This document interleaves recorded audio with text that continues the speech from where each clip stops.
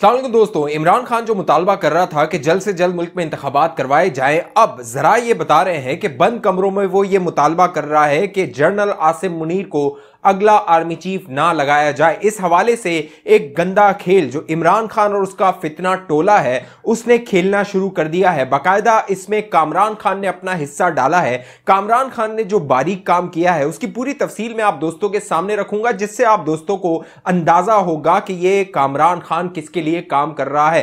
पहले आप दोस्तों को मैं बता देता हूं कि जनरल आसिम मुनीर से इमरान नियाजी को आखिर खतरा क्यों है। पहले इमरान नियाजी की कोशिश थी कि वो अगला आर्मी चीफ अपनी मर्जी का तैनात करे। इस हवाले से वो मिन्नत तल्ले कर रहा था फौज पर, एस्टेब्लिशमेंट पर, जनरल बाजवा पर यह दबाव डाल रहा था कि जल्द से जल्द इंतखाबात करवाए जाएं। और उसने एक जो झूठी कहानी, झूठी फिजा बनाई थी एक अमरीकी साइफर की, अमरीकी साजिश की, उसको अवाम में वो कैश करवाए। लेकिन अब तमाम उसके बयानिए, जो झूठे बयानिए थे, वो अवाम में एक्सपोज होना शुरू हो गए हैं। और DGISI की प्रेस कॉन्फ्रेंस के बाद जो लोग इमरान खान पर यकीन कर रहे थे किसी भी हवाले से, उनकी भी आंखें खुल गई हैं कि इमरान नियाजी कितना झूठ बोल रहा था। मामला यह है कि जनरल आसिम मुनीर जो कि सबसे सीनियर तरीन जर्नैल हैं, जो 6 जर्नैल हैं उनकी फहरिस्त में जनरल आसिम मुनीर सबसे सीनियर जर्नैल हैं, उनकी रिटायरमेंट 27 नवंबर को होने वाली है।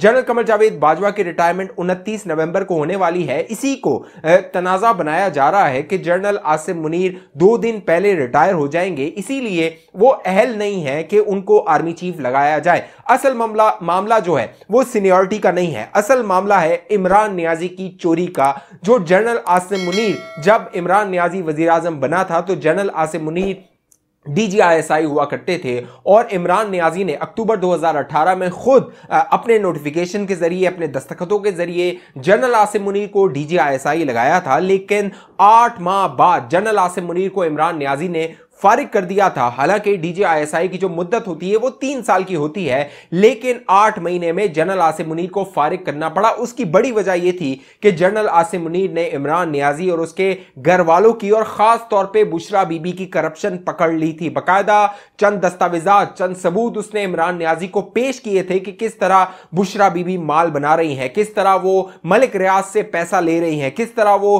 पंजाब में ट्रांसफर और पोस्टिंग का पैसे पकड़ रही हैं, और यह सारा माल बनीगाला पहुंचाया जा रहा है। जब इसके सबूत, दस्तावेजी सबूत इमरान नियाजी के रखे गए उस वक्त DGISI जनरल आसिम मुनीर ने, तो इमरान नियाजी गुस्से में आ गया, तैश में आ गया और उसने जनरल कमर जावेद बाजवा से शिकवा किया, शिकायत की और कहा कि जनरल आसिम मुनीर यानी उस वक्त DGISI उनके घर में मदाखलत कर रहे हैं और उनके खानदान के हवाले से रिपोर्ट्स मुरतब कर रहे हैं। जनरल उस वक्त कमर जावेद बाजवा ने बताया इमरान नियाजी को कि जनरल आसिम मुनीर एक बड़े प्रोफेशनल जर्नैल हैं और वो ये चाहते हैं कि आपके जो भी मामलात सामने आ रहे हैं और आप पर ये इल्जाम लगेगा, आप पर ट्रायल हो सकता है, केस बन सकता है, लिहाजा जनरल आसिम मुनीर ने आपके, कह लीजिए कि जो फेवर में यानी आपकी हिमायत में ये सारा मामला किया है। लेकिन उस वक्त नया नया प्यार था, ये नया नया लाडला था एस्टेब्लिशमेंट का। जनरल बाजवा ने इसकी बात मानी और फिर जून 2019 में जनरल जो आसिम मुनीर थे उनको हटा दिया गया उनके ओहदे से DGISI के तौर पे, और फिर जनरल फैज हमीद साहब को DGISI लगाया गया। और जनरल फैज हमीद साहब के साथ जो ये मोहब्बत थी इमरान खान की और उस तहरीक इंसाफ की, वो अक्टूबर 2021 तक जारी रही और फिर आखिर में जो इमरान नियाजी था वो जनरल फैज का साथ नहीं छोड़ना चाहता था।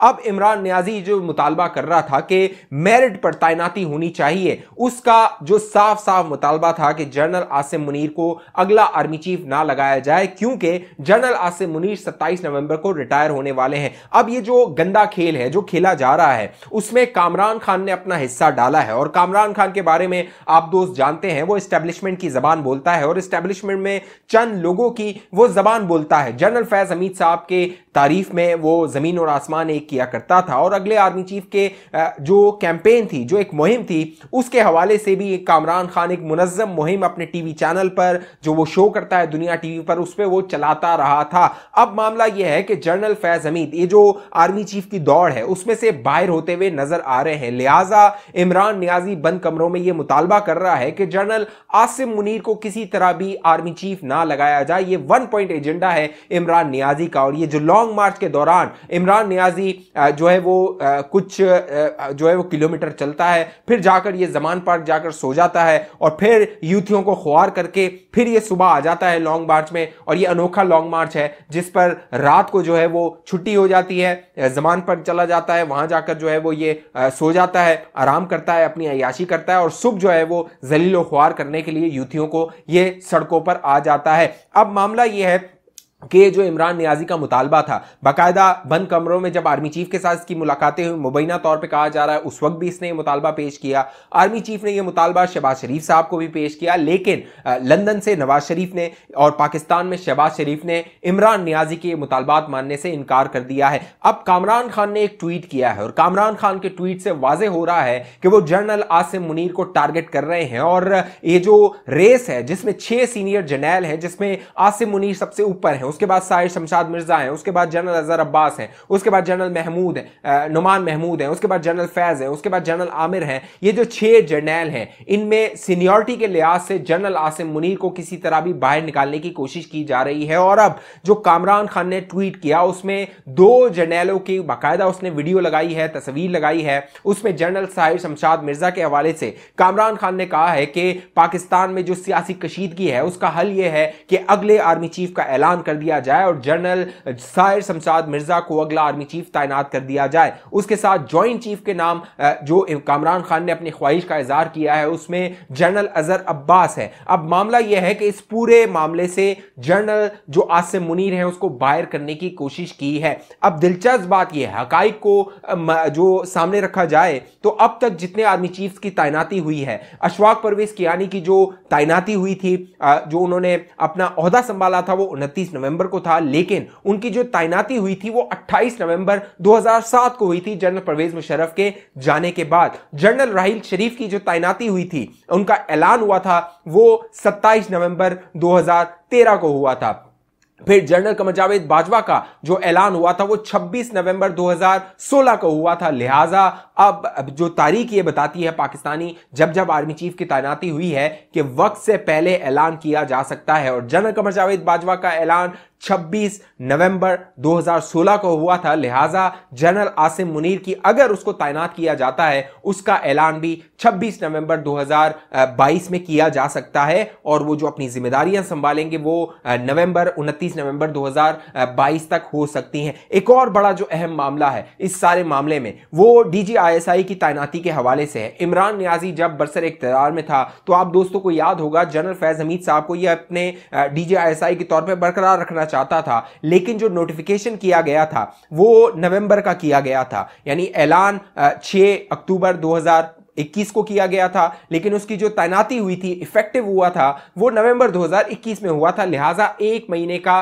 गैप आ गया था ऐलान और जो ओहदा संभालना था उस हवाले से। लिहाजा वही मामला अब जनरल आसिम मुनीर के हवाले से किया जा सकता है। तो इमरान नियाजी की ये पूरी साजिश जो जनरल फैज को वो आर्मी चीफ बनाना चाहता था वो नाकाम होती नजर आ रही है, जनरल आसिम मुनीर को वो रेस से बाहर करना चाहता था वो नाकाम होती हुई नजर आ रही है। और ये लॉन्ग मार्च का मकसद भी यही है कि मामलात को तय किया जाए, बंद कमरों में कोई सेफ पैसेज या सेफ एग्जिट लिया जाए। लेकिन नवाज शरीफ साहब ने वो सेफ जो फेस सेविंग है, वो जो निकलने का रास्ता है इस बंद गली से जो इमरान नियाजी फंस चुका है, नवाज शरीफ ने उससे इनकार कर दिया है। अब नवाज शरीफ ने जो बयान जारी किया है, खतरनाक बयान जारी किया है, जो ट्वीट जारी किया है, उसके मुताबिक उन्होंने लिखा है कि इमरान नियाजी कहता था वो 10 लाख बंदा जो है वो लॉन्ग मार्च में लेकर आएगा, लेकिन ये 2000 बंदा भी इकट्ठा नहीं कर सका। उसकी बड़ी वजह यह है कि DGISI जितनी मुतवातिर तौर पर यह झूठ बोलता रहा, इमरान नियाजी फितना फैलाता रहा, बहतान लगाता रहा, DGISI को मुल्क की तारीख में सामने आकर वो जो झूठ था उसका बेनकाब करना पड़ा और अब अवाम के सामने इमरान नियाजी का वो झूठ मंजर आम पर आ गया है। लिहाजा अवाम इसके साथ आने को तैयार नहीं है, इसके लॉन्ग मार्च में शामिल होने को तैयार नहीं है। साथ साथ बड़ी अहम और कह लीजिए जो मनखेज बात है जो नवाज शरीफ साहब ने की है इस ट्वीट में, उन्होंने कहा है कि इमरान नियाजी को फेस सेविंग नहीं देनी है, जो बंद गली में ये फंस चुका है इसको महफूज रास्ता नहीं देना है, क्योंकि ये बंद कमरों में मुतालबा कर रहा है कि को फेस सेविंग दी जाए, जो इलेक्शन का ऐलान है वो कोई तारीख दे दी जाए, चाहे वो जून की हो चाहे अगले साल किसी भी महीने की हो, ताकि ये अपने यूथियों और इमरानों को बता सके कि देखो मैंने जो है वो हुकूमत से ये मामला हासिल कर लिया है। नवाज शरीफ साहब की क्लियर डायरेक्शन है, क्लियर हुक्म है, कोई बात नहीं होगी, कोई मुज़ाकरात नहीं होंगे, कोई इसके साथ जो है वो इसके मुतालबात को तस्लीम नहीं किया जाएगा, चाहे ये 2000 बंदा लेकर आए, चाहे ये 20,000 बंदा लेकर आए, इसके मुतालबे को कोई तस्लीम नहीं करेगा। और जनरल आसिम मुनीर की जो तैनाती के हवाले से जो टेक्निकली जो मसाइल थे उस हवाले से भी गुफ्तगू हो रही है, उनको भी सॉर्ट आउट किया जा रहा है और जनरल आसिम मुनीर अगले आर्मी चीफ लग सकते हैं। और इमरान नियाजी जो मुतालबा करता था मेरिट पर तैनाती होनी चाहिए, तो जनरल आसिम मुनीर की अगर तैनाती होनी है तो वो सीनियरिटी पर भी और मेरिट पर भी होगी। और जनरल साहिर शमशाद मिर्जा जो कि सेकंड नंबर पर हैं वो ज्वाइंट चीफ भी बन सकते हैं। अब देखना है कि ये जो नवंबर का महीना है ये क्या गुल खिलाता है, क्योंकि इस महीने में जो भी होना है वो अगले 10 से 15 दिनों में होना है और आर्मी चीफ का ऐलान भी अगले 10 से 15 दिनों में हो सकता है। देखना है नवाज शरीफ का जो फैसला है वो क्या फैसला होता है, वो ऐलान क्या होता है, क्योंकि नवाज शरीफ ने फैसला कर लिया है कि अब डट कर जो नियाजी और फितना है उसका मुकाबला करना है। इस हवाले से आप दोस्तों की जो भी राय हो नीचे कमेंट जरूर कीजिए। अगर आपने अभी तक ये चैनल सब्सक्राइब नहीं किया इसको सब्सक्राइब कीजिए, बेल आइकन का बटन लाजमी क्लिक कीजिए। फेसबुक पे देखने वाले दोस्त हमारे पेज को लाइक फॉलो करके इस वीडियो को शेयर कर दीजिए। अगली वीडियो तक मुझे इजाजत दीजिए, अपना ख्याल रखिएगा। पाकिस्तान जिंदाबाद।